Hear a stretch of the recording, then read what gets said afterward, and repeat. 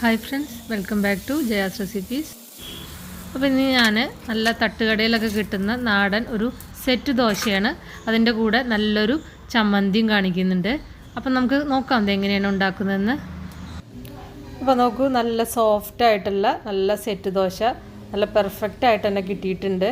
നല്ല ടേസ്റ്റാണ്. നല്ല കട്ടി ചമ്മന്തിയുടെ കൂടെ കഴിക്കാൻ നല്ല സൂപ്പർ ടേസ്റ്റാണത്. അപ്പോൾ അതിൻ്റെ കൂടെ ഞാൻ ചമ്മന്തിയുടെ റെസിപ്പിയും കാണിക്കുന്നുണ്ട്. അപ്പോൾ നിങ്ങൾ നമ്മുടെ ചാനൽ ഇതുവരെയായിട്ടും സബ്സ്ക്രൈബ് ചെയ്തിട്ടില്ലെങ്കിൽ പ്ലീസ് ഒന്ന് സബ്സ്ക്രൈബ് ചെയ്യുക കേട്ടോ. അപ്പോൾ ഞാനൊരു 3-4 പേർക്കുള്ള ഒരു അളവാണ് കേട്ടോ കാണിക്കുന്നത്. വളരെ കുറച്ചൊരു അളവിലാണ് ഞാൻ ഉണ്ടാക്കി കാണിക്കുന്നത്. ഇതിന് 1 കപ്പ് അരിയാണ് എടുക്കുന്നത്. 1 കപ്പ് അരി, 1/2 കപ്പ് പച്ചരിയും 1/2 കപ്പ് പുഴുക്കലരിയാണ് എടുക്കുന്നത്. നിങ്ങൾക്ക് ഇതിന് പകരം 1 കപ്പ് മുഴുവനായിട്ട് ഇഡ്ഡലി റൈസ് എടുക്കാം. ഇനി ഉഴുന്നാണ് ചേർക്കുന്നത്. ഈ ഒരു വലുപ്പത്തിലുള്ള ഒരു സ്പൂണാണ് ഞാൻ എടുത്തിരിക്കുന്നത്. അപ്പോൾ ഈ സ്പൂണിന് ഒരു 2 സ്പൂൺ ഉഴുന്നാണ് എടുക്കുന്നത്.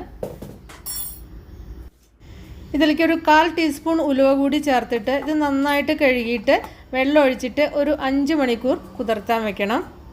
ഇപ്പോൾ ഞാൻ കഴുകിയിട്ട് 5 മണിക്കൂർ കുതിർത്താൻ വേണ്ടി വെച്ചിട്ടുണ്ട്. ഇനി നമ്മൾ അരയ്ക്കുന്നതിൻ്റെ 1 മണിക്കൂർ മുന്നേ ഞാനിപ്പോൾ ഒരു 1/2 കപ്പ് അവലാണ് എടുത്തിരിക്കുന്നത്. അവൽ ഏതായാലും കുഴപ്പമില്ല, വൈറ്റ് കളറായതും അതായത് റെഡ് അവലായാലും ഏതായാലും പ്രശ്നമില്ല. എൻ്റെ കയ്യിലിപ്പോൾ റെഡ് അവലേ ഉള്ളൂ, അതായത് ചുവന്ന അവലേ ഉള്ളൂ. അല്ല നിങ്ങളുടെ കയ്യിൽ വെളുത്ത അവലാണെന്ന് വെച്ചാൽ ആ അവൽ ചേർക്കാം, ഒരു പ്രശ്നമില്ല. ഇതൊരു 1/2 കപ്പ് എടുത്തിട്ട് അതിന്ന് 1 സ്പൂൺ ഞാൻ മാറ്റിയിട്ടുണ്ട്. 1 സ്പൂൺ മാറ്റി അതിന് ശേഷം 1 ടേബിൾ സ്പൂൺ അവൽ ഞാൻ മാറ്റിയിട്ടുണ്ട് കേട്ടോ. അപ്പോൾ ആ ഒരു അളവിലെടുക്കുക. 1/2 കപ്പ് അവലെടുത്തിട്ട് അതിന്ന് 1 ടേബിൾ സ്പൂൺ മാറ്റുക. ഇനി ഇത് നന്നായിട്ടൊന്ന് കഴുകിയെടുക്കുക. കഴുകിയെടുത്തിട്ടുണ്ട് അവൽ. ഇനി ഇതിൻ്റെ സോക്കിംഗ് ആണ് ഇതിൻ്റെ ഇമ്പോർട്ടൻ്റ് ആയിട്ടുള്ള സംഭവം. ഇത് നമുക്ക് മോരിലാണ് സോക്ക് ചെയ്ത് വെക്കുക. അപ്പോൾ അതിന് വേണ്ടിയിട്ട് ഞാനൊരു 2 ടേബിൾ സ്പൂൺ തൈര് എടുത്തിട്ടുണ്ട്. അതിലേക്ക് ഒരു 1/4 കപ്പ് വെള്ളം ഒഴിച്ചിട്ട് അതൊന്ന് നന്നായിട്ട് അടിച്ചെടുക്കുക. ഇതിന് പകരം നിങ്ങളുടെ കയ്യിൽ മോരുണ്ടെങ്കിൽ മോര് ഡയറക്റ്റായിട്ട് അതിലേക്ക് ഒഴിച്ച് വയ്ക്കാവുന്നതാണ്. ഒരു 1/4 കപ്പ് അല്ലെങ്കിൽ 1 കപ്പ് മോര് ഒഴിച്ച് വയ്ക്കാവുന്നതാണ്. 1/4 കപ്പ് മതിയായിരിക്കും. അപ്പോൾ അടിച്ചെടുത്ത ആ മോര് ഞാൻ ഇതിലേക്ക് ഒഴിക്കുകയാണ്. അപ്പോൾ നിങ്ങളുടെ കയ്യിൽ സാധാരണ ശരിക്കുള്ള മോരുണ്ടെങ്കിൽ ആ മോര് ഒഴിച്ചാൽ മതി. ഇതുപോലെ ചെയ്യേണ്ട കാര്യമില്ല. ഇനി 5 മണിക്കൂറിന് ശേഷം ഇത് നന്നായിട്ട് ഒന്ന് അരച്ചെടുക്കാം. നല്ല ഫൈൻ പേസ്റ്റ് ആക്കിയിട്ട് അരച്ചെടുക്കാൻ ശ്രദ്ധിക്കുക. ഇപ്പോൾ ഇതാ അരച്ചെടുത്തിട്ടുണ്ട്. ഇനി ഇതിലേക്ക് നമുക്ക് അവൽ കൂടി ചേർത്തിട്ട് അരയ്ക്കണം. അതിന് വേണ്ടിയിട്ട് ആ മോരിൽ നിന്ന് അവൽ മാത്രം ഊറ്റിയെടുത്തിട്ട് ആ അവൽ ഇതിലേക്ക് ചേർക്കുക. മോര് നമ്മൾ ഇതിൽ ചേർത്തിട്ട് അരയ്ക്കുന്നില്ല. മോര് വേണ്ട, അവൽ മാത്രമേ എടുക്കാവൂ. മോര് നമ്മൾ ഉപയോഗിക്കുന്നില്ല. അപ്പോൾ അവൽ മാത്രം അതിൽ നിന്ന് ഊറ്റിയെടുത്തിട്ട് ഇതിൽ ചേർത്തിട്ട് അരച്ചെടുക്കുക. ഇപ്പോൾ ഇത് അരച്ചെടുത്തിട്ടുണ്ട്. എന്നിട്ട് ആ ജാറ് കഴുകിയിട്ടുള്ള വെള്ളം കൂടി ഒഴിക്കുക. ഇത് കുറച്ച് കട്ടിയിലായിരിക്കണം ബാറ്റർ. കുറച്ചിങ്ങനെ വല്ലാതെ ലൂസാവർ. ദോശയുടെ മാവിനേക്കാൾ കുറച്ച് കട്ടിയിലായിരിക്കും ഈ മാവ് കേട്ടോ. ഏതാണ്ടൊരു ഇഡ്ഡലി മാവിൻ്റെ ആ ഒരു കൺസിസ്റ്റൻസി ആയിരിക്കും. നമുക്ക് ഒരുവിധം കട്ടിയുള്ള ദോശ പരത്തിയെടുക്കാൻ പറ്റണം ആ ഒരു രീതിയിൽ. ഇതിലേക്ക് കുറച്ച് ഉപ്പ് കൂടി ചേർത്തിട്ട് ഒരു 8 മണിക്കൂർ 8 മണിക്കൂർ ഇത് ഫെർമെൻറ്റ് ചെയ്യാൻ വയ്ക്കുക, പുളിക്കാൻ വയ്ക്കുക. അപ്പോൾ നമ്മുടെ ആവശ്യത്തിനനുസരിച്ച് പുളിപ്പിക്കുക കേട്ടോ. അപ്പോൾ ഒരു 7-8 മണിക്കൂർ എന്തായാലും വെക്കേണ്ടി വരും.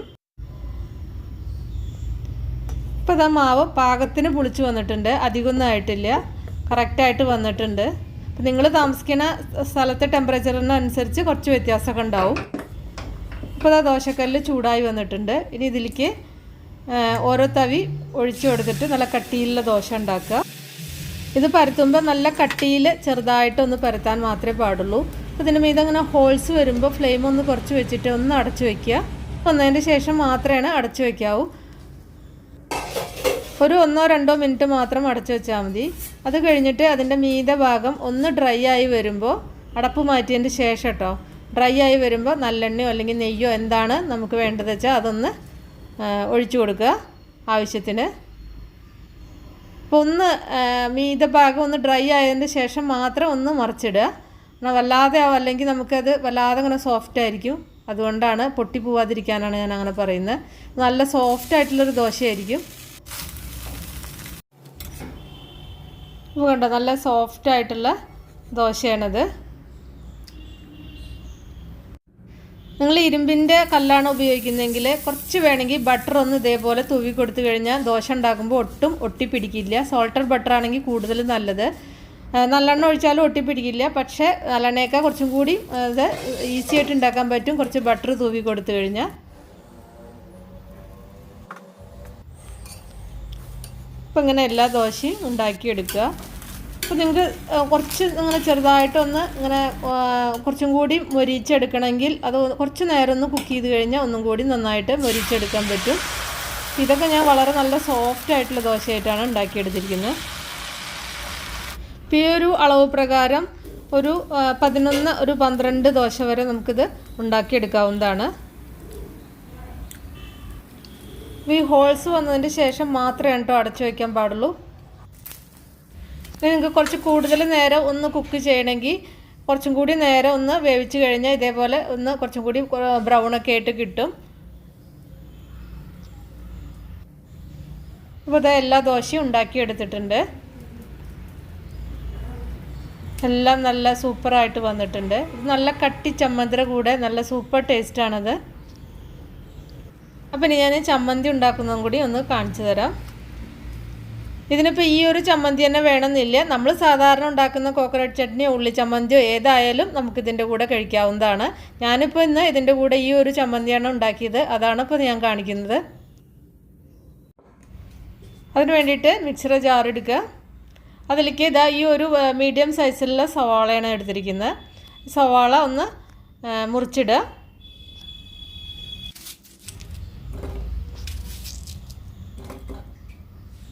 ഇതിലേക്ക് ഒരു 1/2 കപ്പ് തേങ്ങയാണ് ചേർക്കുന്നത്. ഇതിലേക്ക് ഒരു ചെറിയൊരു കഷ്ണം ശർക്കരയാണ് ഞാൻ ചേർക്കുന്നത്. അപ്പോൾ ഈ 2 കഷ്ണം ഞാൻ കാണിച്ചത് ചേർക്കുന്നില്ല കേട്ടോ. അതിലത്തെ ഒരു കഷ്ണമാണ് ചേർത്തിട്ടുള്ളൂ. ഒരു 7 അല്ലെങ്കിൽ ഒരു 8 ഗ്രാമോളം ഉണ്ടായിരിക്കും ശർക്കര. ഇതൊന്നും അളവ് കൂടി പോരുത്, അപ്പോൾ അതിൻ്റെ ടേസ്റ്റിന് വ്യത്യാസം വരും. പിന്നെ ഒരു കഷ്ണം പുളി അതുപോലെ തന്നെ ഒരു ചെറിയൊരു കഷ്ണം പുളി. ഇപ്പോൾ ശർക്കരയുടെ അളവും പുളിയുടെ അളവും നമ്മളുടെ ആ ഒരു ടേസ്റ്റ് അനുസരിച്ച് ഒന്ന് ക്രമീകരിക്കുകയാണ് എപ്പോഴും നന്നാവുക. ആവശ്യത്തിന് ഉപ്പ് അതുപോലെ തന്നെ വെള്ളവും ചേർക്കുക. പിന്നെ എരിവിന് ആവശ്യമായിട്ടുള്ള മുളക് ചേർക്കുക. ഞാൻ കുറച്ച് കാശ്മീരി ചില്ലിയും കുറച്ച് സാധാരണ മുളകും രണ്ടും കൂടിയിട്ടാണ് ചേർക്കുന്നത്. അപ്പോൾ നിങ്ങളുടെ കയ്യിൽ ഏതാ മുളക് വെച്ചാൽ അത് ചേർക്കുക. ഇതും കൂടി ചേർത്തിട്ട് ഒന്ന് നന്നായിട്ട് അരച്ചെടുക്കാം. അപ്പോൾ അത് അരച്ചെടുത്തിട്ടുണ്ട്. ഇത് നല്ല കട്ടിയിലായിരിക്കും. കുറച്ച് ആ ജാറ് കഴുകിയ വെള്ളം മാത്രമേ ഒഴിക്കാവൂ, ലൂസാക്കരുത് കേട്ടോ. ഇനി ഇതിലേക്ക് ഒന്ന് വറുത്തിടാം. അതിന് വേണ്ടിയിട്ട് കുറച്ച് വെളിച്ചെണ്ണ ഒരു പാനിലോട്ട് ഒഴിക്കുക. വെളിച്ചെണ്ണ ചൂടായി വരുമ്പോൾ കുറച്ച് കടുക് ഇടുക. പിന്നെ കുറച്ച് ഉഴുന്ന് ചേർക്കുക. ഉഴുന്ന് 1 ടീസ്പൂൺ ഉഴുന്ന് ചേർക്കുക. കടുക് പൊട്ടി വരുമ്പോൾ ഉഴുന്നും കൂടിയും ചേർക്കുക. ഉഴുന്ന് മൂത്ത് വരുമ്പോൾ അതിലേക്ക് ഉണക്കമുളകും അതുപോലെ തന്നെ കറിവേപ്പിലയും കൂടി ചേർക്കുക. ഇതിക്ക് ഫ്ലെയിം ഓഫ് ചെയ്തതിൻ്റെ ശേഷം മാത്രം കറിവേപ്പില ചേർക്കാവൂ കേട്ടോ, അല്ലെങ്കിൽ കറിവേപ്പില കരിഞ്ഞു പോവും.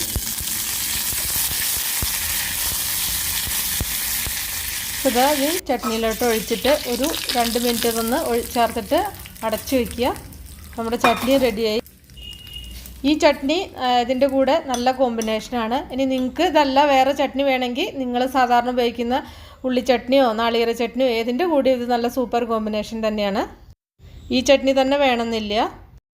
അപ്പോൾ നിങ്ങൾ ഉണ്ടാക്കി നോക്കിയിട്ട് നിങ്ങളുടെ ഫീഡ്ബാക്കൊക്കെ ഒന്ന് അറിയിക്കുക. ഇഷ്ടപ്പെട്ടാൽ ഒന്ന് ലൈക്ക് ചെയ്യുക. അതുപോലെ നമ്മുടെ ചാനൽ ഇതുവരെയും സബ്സ്ക്രൈബ് ചെയ്തിട്ടില്ലെങ്കിൽ പ്ലീസ് ഒന്ന് സബ്സ്ക്രൈബ് ചെയ്യണേ. ഇനി നമുക്ക് വേറെ ഈസി റെസിപ്പി വീണ്ടും കാണാം. Thank you. സൂപ്പർ ടേസ്റ്റാണ്.